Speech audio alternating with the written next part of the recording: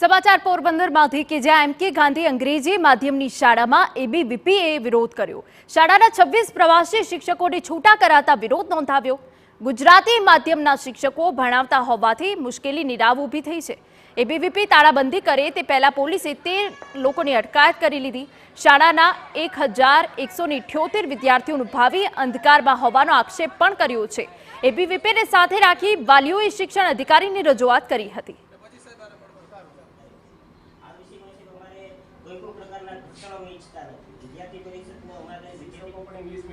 ત્રણ દિવસ પહેલાં ડીઓ સાહેબને એમઈએમ સ્કૂલના જે પ્રશ્ન છે કે રાતોરાત 22 જેટલા પ્રવાસી શિક્ષકોને ઘર ભેગા કરી દેવામાં આવ્યા હતા અને 1178 જેટલા ઇંગ્લિશ મીડિયમના વિદ્યાર્થીઓનું ભવિષ્ય જ્યારે જોખમાઈ ગયું હતું ત્યારે 3 દિવસનો અલ્ટિમેટમ સમય આપવામાં આવ્યો હતો સાહેબને કે જો 3 દિવસની અંદર પ્રવાસી શિક્ષકોની પાછી ભરતી કરવામાં નહીં આવે અથવા તો કાયમી શિક્ષકોની ભરતી કરવામાં નહીં આવે તો અખિલ ભારતીય વિદ્યાર્થી પરિષદ આંદોલનના માર્ગે ઉતરશે।